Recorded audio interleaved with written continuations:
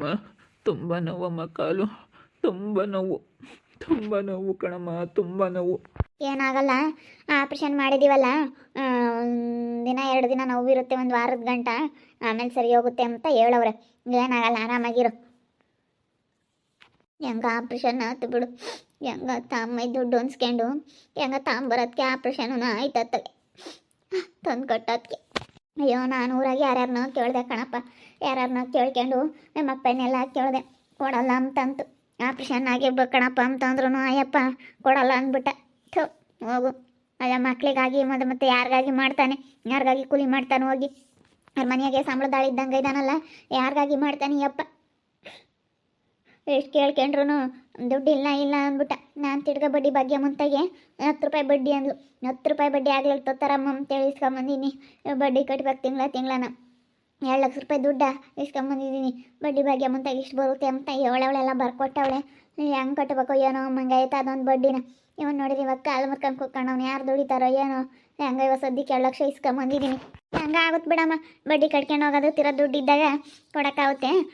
ತಿಂಗಳ ಯಾವ್ದಾನ ಬಡ್ಡಿ ನೋಡ್ಕೊಂಡು ಸುಮ್ಮನೆ ಬಡ್ಡಿ ಕೊಡು. ಅಯ್ಯಮ್ಮಗೇನು ಬಡ್ಡಿ ಭಾಗ್ಯಮ್ಮ ಅಂತ ಅಂದರೆ ಬಡ್ಡಿ ಕೊಡ್ಬೇಕಷ್ಟೇ, ಇನ್ನೇನು ಮಾಡೋಕ್ಕಾಗುತ್ತೆ. ಇವಾಗ ನಮ್ಗೆ ಯಾರು ಕೊಡಲ್ಲ ಅಂದಮೇಲೆ ಎಷ್ಟು ರೂಪಾಯಿ ಬಡ್ಡಿ ಆಗ್ಲಾಡು ತರಬೇಕು, 10 ರೂಪಾಯಿ ಬಡ್ಡಿ ಆಗ್ಲಾಡು, ಏನು ಮಾಡೋಕ್ಕಾಗುತ್ತೆ ಹೇಳು. ಇವಾಗ ಊರಾಗೆಲ್ಲ 2-3 ರೂಪಾಯಿ ಕೊಡೋರು ಇದ್ದಾರೆ, 2-3 ರೂಪಾಯಿ ಕೊಡ್ತೀವಿ ಅಂಬಾರು ಇದ್ದಾರೆ ನಮ್ಮ ಬಡ್ಡಿನ. ಆದರೆ ನಮ್ಮಂಥವ್ರಿಗೆ ಕೊಡಲ್ಲ. ಏನು ಮಾಡೋಣ, ಎಲ್ಲಿ ಎತ್ತಾಕ್ತಾರೋ ಕೊಡಲ್ಲ ಇವರು ಅಂತೇಳಿ ನಮ್ಮಪ್ಪ ಇಕ್ಕೋಣ. ನಾನು 50 ಸಾವಿರ ಹಾಕಿ ಬಂದಿದ್ದಂತ ಅವನೊಂದು 50 ಸಾವಿರ ಕೊಟ್ಟಿದ್ರು ಸಾಕಾಗಿತ್ತು. ಏನು ಮಾಡೋಣ. ಎಂಥ ಕೆಲಸ ಆಯಿತು ದೇವರಮ್ಮ, ನನಗೆ ಎಂಥ ಶಿಕ್ಷೆ ಕೊಟ್ಬಿಟ್ಟ.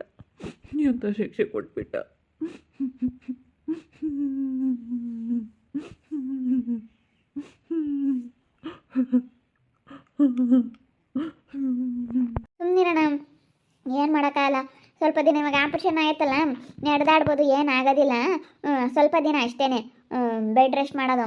1 ತಿಂಗಳು 2 ತಿಂಗಳು ನೀನು ಬೆಡ್ ರೆಸ್ಟ್ ಮಾಡಿದರೆ ಆಮೇಲೆ ಏನೂ ಆಗಲ್ಲ, ಆರಾಮಾಗೆ ಓಡಾಡ್ಕೊಂಡಿರ್ತೀಯ. ಸುಮ್ಮನೆ ನೀನು ಯಾಕೆ ತಲೆ ಕೆಡಿಸ್ಕೊಂಬಕ್ಕೆ ಹೋಗ್ತೀಯ?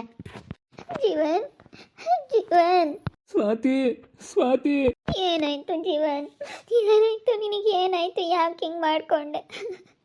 ತುಂಬ ಬೇಜಾರಾಗ್ತೈತೆ ನನಗೆ. ಸ್ವಾತಿದು ವಿಷಯ ಗೊತ್ತಾಗೈತೆ, ಬಂದಿದ್ದಾಳೆ. ಸ್ವಾತಿ ಯಾರು ಹೇಳಿದ್ರು? ಸ್ವಾತಿ ನನಗೆ ನಿಮ್ಮ ಅತ್ತೆ ಹೇಳ್ತು, ಜೀವಿತ ಅಕ್ಕ, ಸ್ವಾಮಿ ಅಕ್ಕ ಹೇಳಿದ್ರು. ಯಾಕೆ ಜೀವಿತ ಅಕ್ಕ ಕಾಣಿಸ್ತಾ ಇಲ್ಲ, ಇವ್ರಿಗೂ ಯಾಕೋ ಫೋನ್ ಹೋಗ್ತಾ ಇರಲಿಲ್ಲ. ಅದಕ್ಕೆ ಯಾಕೆ ಏನು ಅಂತೇಳಿ ಕೇಳೋದಕ್ಕೆ ಅವರು ಹೇಳಿದ್ರು. ನನಗೆ ಅವಾಗ ತುಂಬ ಬೇಜಾರಾಯಿತು. ಅದಕ್ಕೆ ಇವತ್ತು ನಮ್ಮಪ್ಪಗೂ ನಮ್ಮಮ್ಮಗೂ ನಾವು ಹೇಳ್ದಂಗೆ ಬಂದುಬಿಟ್ವಿ. ಜೀವನ ಹುಷಾರಾಗಿ ಬರ್ಬೇಕು ತಾನೇ. ಏನು ಮಾಡೋದು, ಗ್ರಹಚಾರ ಏನು ಮಾಡೋದು, ಹಿಂಗಾಗುತ್ತೆ ಅಂತ ಯಾರಿಗೆ ಗೊತ್ತಿತ್ತು. ನಾನು ನಿನ್ನ ಕರ್ಕೊಂಡು ಬರೋಣ, ಮದುವೆ ಆಗೋಣ, ನಿಮ್ಮಪ್ಪ ನಿಮ್ಮಮ್ಮನ ಮುಂದೆಲೆ ತಾಳಿ ಕಟ್ಟೋಣ ಅಂತೇಳಿ ಸಿಟ್ಟು ಮಾಡಿಕೊಂಡು ತುಂಬ ಫಾಸ್ಟಾಗಿ ಬರ್ತಾಯಿದ್ದೆ. ಆವಾಗ ಈ ರೀತಿ ಆಗಿರೋಂಥ ಎಡವಟ್ಟು. ಮಕ್ಕಂತೂ ನೆನ್ನೆಯಿಂದನೂ ಊಟನೂ ಮಾಡಿಲ್ಲ ಗೊತ್ತೆ. ಭಾಳ ನಿನ್ನ ಬಗ್ಗೆ ಯೋಚನೆ ಮಾಡ್ಕೊಂಡು ತುಂಬ ಕೊರಗ್ತಾ ಇದ್ಲು, ತುಂಬ ಯೋಚನೆ ಮಾಡ್ತಿದ್ಲು, ಕೊರಗ್ತಾ ಇದ್ಲು. ನೆನ್ನೆಯಿಂದ ಊಟ ಮಾಡಿಲ್ಲ ಪಾಪ. ನೀವಂತಂದರೆ ಅವಳಿಗೆ ತುಂಬ ಇಷ್ಟ. ಏನು ಮಾಡೋಣಮ್ಮ, 2 ಕಾಲು ಮುರಿದೇವೆ, ಆಪ್ರೇಷನ್ ಆಗೈತಿ. ಇವಾಗ ಡಾಕ್ಟ್ರು ಇನ್ನೂ 1-2-3 ತಿಂಗಳು ರೆಸ್ಟ್ ಮಾಡಬೇಕು ಅಂತೇಳಿದ್ರೆ ಏನೋ ಕೆಲಸ ಮಾಡೋಕ್ಕಾಗಲ್ಲ ನನ್ನ ಕೈಲಿ. ಸ್ವಾತಿ, ನಾನು ಬಿಟ್ಟು ಹೋಗ್ಬೇಡ ಸ್ವಾತಿ, ನೀನು ನನ್ನ ಬಿಟ್ಟು ಹೋಗ್ಬೇಡ, ಸರಿನಾ? ನಾನು ಚೆನ್ನಾಗಿ ಆಗ್ತೀನಿ, ನಾನು ನಿನ್ನ ಮದುವೆ ಆಗ್ತೀನಿ, ನಾನು ನಿನ್ನ ನೋಡ್ಕೊಂತೀನಿ, ಚೆನ್ನಾಗಿ ನೋಡ್ಕೊಂತೀನಿ. ನನ್ನ ಬಿಟ್ಟು ಹೋಗ್ಬೇಡ ಸ್ವಾತಿ, ಪ್ಲೀಸ್ ಸ್ವಾತಿ, ನನ್ನ ಬಿಟ್ಟು ಹೋಗ್ಬೇಡ, ನನ್ನ ಬಿಡಬೇಡ. ಕಾಲು ಮುರಿದಿದ್ದಾವೆ, 2 ಕಾಲೂ ಮುರಿದಿದ್ದಾವೆ ಅಂತ ಬಿಟ್ಟು ಹೋಗ್ಬೇಡ.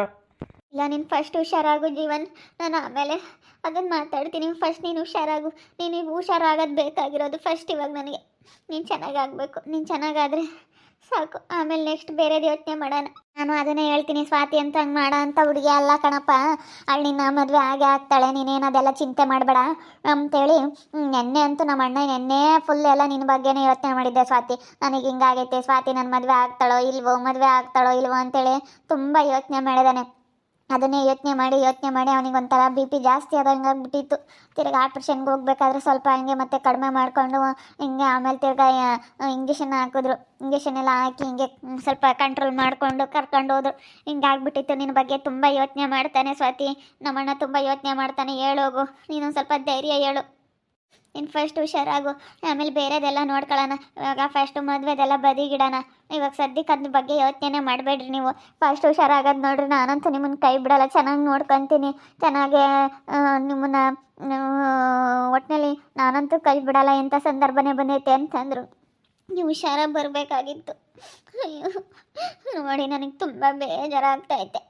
ಅಯ್ಯೋ ಹೆಂಗಿದ್ದವ್ರು ಎಂಥ ಪರಿಸ್ಥಿತಿಗೆ ಬಂದ್ರಿ ಯಪ್ಪ. ಇಲ್ಲಿ ನೋಡಿದ್ರೆ ನಿಮ್ಮನ್ನ ಒಂಥರ ನನಗೆ ಹೆಂಗೆ ಆಗ್ತಾಯಿದೆ ಅಂದರೆ ಇವಾಗ ಅಷ್ಟು ಬೇಜಾರಾಗ್ತಾ ಇದೆ. ಹೆಂಗಾಗ್ಬಿಟ್ಟಿದ್ರೆ 2 ದಿವಸಕ್ಕೆ ನಿಮ್ಮ ಮುಖ ನೋಡೋಕ್ಕಾಗ್ತಾ ಇಲ್ಲ. 2 ದಿವಸಕ್ಕೇ ನಿಮಗೆ ಹೆಂಗೆ ಒಂಥರ ಸಣ್ಣ ಆದಂಗೆ ಆಗ್ಬಿಟ್ಟಿದ್ದೀರಾ. ಹೆಂಗಾಗಿದ್ರೆ ಗೊತ್ತಾ ನೀವು? ನನಗೆ ಭಾಳ ಬೇಜಾರಾಗುತ್ತೆ. ಏನು ಮಾಡೋದು, ತುಂಬ ನೋವು ಇದೆಯಲ್ಲ ಸ್ವಾತಿ, ತುಂಬ ನೋವು. 2 ಕಾಲೂ ಮುರಿದು ಬಿಟ್ಟಿದೆ. ಅದು ಬಿದ್ದುಬಿಟ್ಟು ನಾ ಜೋರ ಫಾಸ್ಟಾಗಿ ಬಂದು ಅದಕ್ಕೆ ಈ ರೀತಿ ಆಗ್ಬಿಡ್ತು. ನಾಯಿ ಅಡ್ಡ ಬಂದು ಈ ರೀತಿ ಆಯಿತು. ಹಿಂಗಾಗುತ್ತೆ ಅಂತ ಅಂದ್ಕೊಂಡೇ ಇರಲಿಲ್ಲ ನಾನು.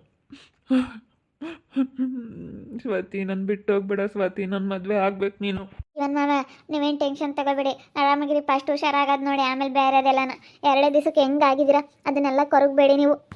ಅವನು ಉಂಡಿಲ್ಲ ನೋವಿಗೆ, ಕಾಲು ನೋವು ಆಪ್ರೇಷನ್ ಮಾಡಿರ್ಲಿಲ್ವಲ್ಲ, ಸಖತ್ತು ನೋವು ಅಂಬನು. ಅದಕ್ಕೆ ಇವಾಗ ಆಪ್ರೇಷನ್ ಮಾಡಿದಾಗಿಂದ ಸ್ವಲ್ಪ ಇವಾಗ ನೋವು ಇನ್ನೊಂದು ಸ್ವಲ್ಪ ಇದ್ದೆ ಅಂತಾನೆ. ಏನು ಮಾಡೋದು, ಅಷ್ಟು ನೋವು ಅನುಭವಿಸ್ತಾ 2 ದಿವಸಕ್ಕೇ ಹೆಂಗಾಗೈತೆ ನೋಡೋನ್ ಮಕ್ಕ. ಒಂದಿಟ್ಟು ಮಕ್ಕ ಎಲ್ಲ ಬೇರೆನೆ ಸೈಡ್ನಾಗೆಲ್ಲ ಇಂಥದ್ದಾಗೆಲ್ಲ ತರ್ಕೊಂಡಂಗಾಗೈತೆ ಬಿದ್ದಿರೋದಕ್ಕೆ. ಅದಕ್ಕೂ ಹೆಂಗಾಗ್ಬಿಟ್ಟೈತೆ. 2 ದಿವಸಕ್ಕೆ ನೋಡೋಕ್ಕಾಗಲ್ಲ ನನ್ನ ಮಗನ್ನ. ಏನು ಮಾಡೋದು, ಅದು ನೋವು ಜಾಸ್ತಿ.